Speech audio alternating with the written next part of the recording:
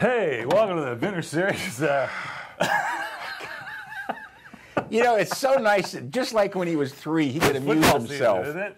Yeah, it's football season. Sure, it still is. All right. So anyway, this is signed by Paul Hackett. It might as well be Buddy Hackett. Anyway, this is Vintners October 2011. My co-host Ed Marciano.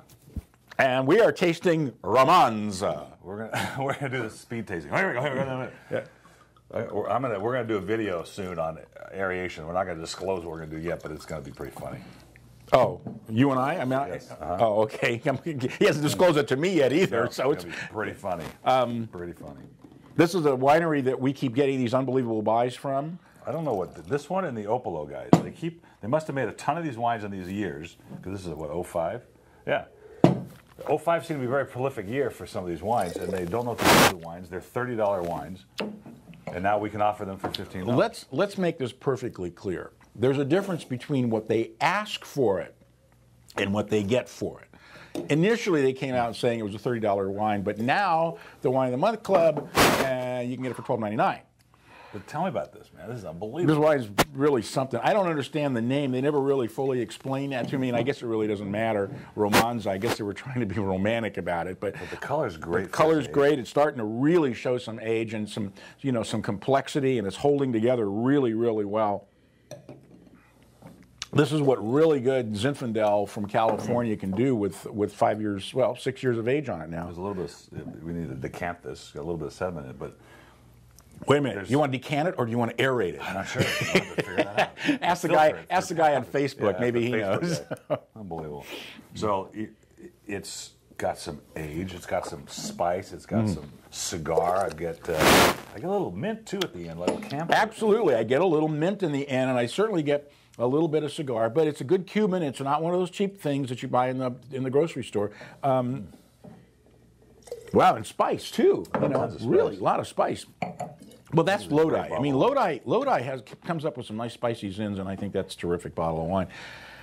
$19.99 shelf price, $12.99 reorder, and I'm giving this a 94. Yeah, 94 to 95 for me. I'll go 95. But Lodi, sometimes, like the Sierra Foothills, you get that really overripe stuff, and it tastes burnt and it tastes hot. But Lodi doesn't always get that. I mean, sometimes you get cooler breeze. They get that cool breeze from the San Pablo Bay, just like Carneros does, and the wines are definitely a cut above what you would get in the Central Valley. Well, as long as Lapis Luna wants to continue to sell us wines like that, I will continue to buy them. What a guy. All right, next up is the Tiamo, the white wine for the Vintners October. This is a 2010 Pinot Grigio. We just tasted the Pinot Gris, California counterpart. And we're going to taste another Pinot Gris from Australia.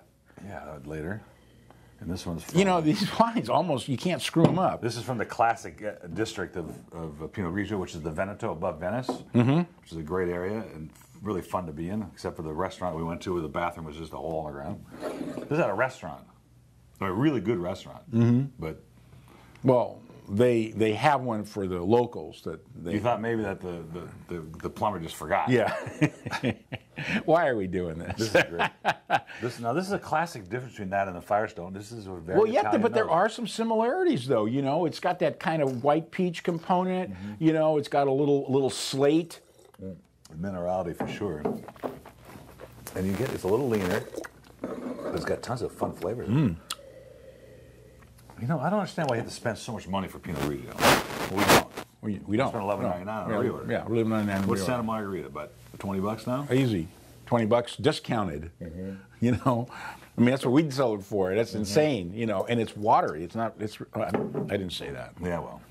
Okay, I'm giving this a 92. I think it's a spectacular Pinot Grigio from Italy. Welcome to Italy. I'll buy that. I'll match that 92. This is the Tiamo 2010. Yeah, I want to keep smelling it too. Really, it's starting to open up now. It's really, really pretty wine. Wow. It's very feminine.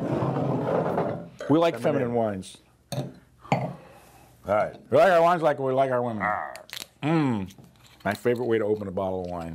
Calaterra, boy, these guys really know how to make wine. I'm telling you. They really do a phenomenal job. This Carmenere, which...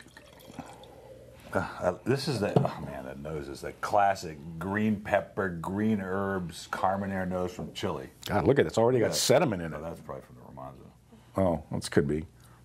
Cachagua. Perfect. Chile wines, Chilean wines, you know, these guys do a phenomenal job. Carmenere was thought to be Merlot in Bordeaux. It came over on a boat sometime. And it still smells and tastes like Merlot, you know. But it's got the, well, and this is mostly terroir that you're getting, that the Colchagua Valley produces that green olive herbaceousness, but yeah, you're right. Wow. In the mid palate is very much Merlot. In the mid palate, though, it's got vibrancy. It's very vibrant.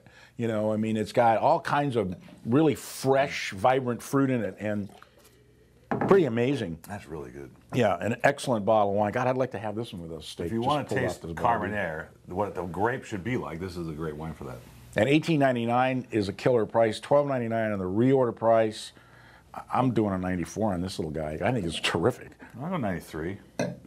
Fine. Just be different. Yeah, well, you're definitely different. So you won that battle.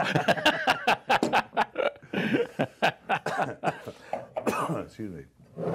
Now, this was a unique wine because I think it was the first time I'd ever tasted a Pinot Gris from Australia. Well, it was that one of the reasons I liked it. That's the first reason. But then I thought, wow, that's pretty interesting. I don't think I've had two. Right? This is my first. I don't think I've had a Pinot Gris. Bystander from the Yarra Valley, which produces great Chardonnay. Yeah. But I've never had a Pinot Gris from there. Well, it would make sense that it's a slightly cooler climate than some of the warmer Barossa and Hunter Valleys. And this really does have a very dissimilar smell than the two Pinot Grigios that we had. Leaner, clearly terroir related compared to the other one. Wow, it's really fun.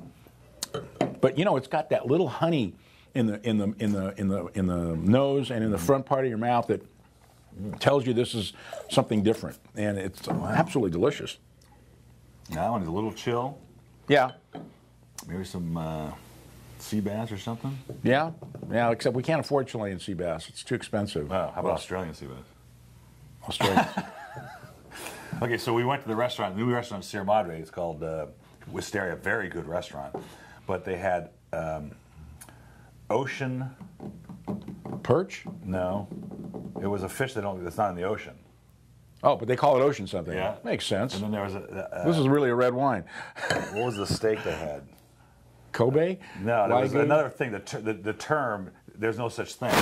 Oh, it's kind of like Corinthian leather with the Cordova. There's no such thing. You know, what's his name? Made it up. Fine Corinthian leather. And this is Innocent Bystander, which of course always gets me as a name for a wine.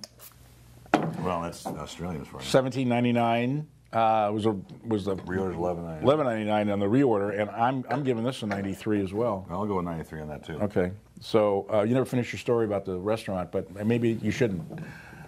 Yeah, I don't want to start that. I don't either. I don't know why you start after things. I know, because of the name, Innocent Bystander. Oh, I see. That was the name of the restaurant. No. Wow, what an interesting name for a restaurant. But as interesting it is for a bottle of wine. And there you go, boys and girls. Vintners Series, October 2011. What series? Vintners Series. Is that what you said? That's what I said, Vintners Series. That's my bad ear. The other one you can't hear out of. Right.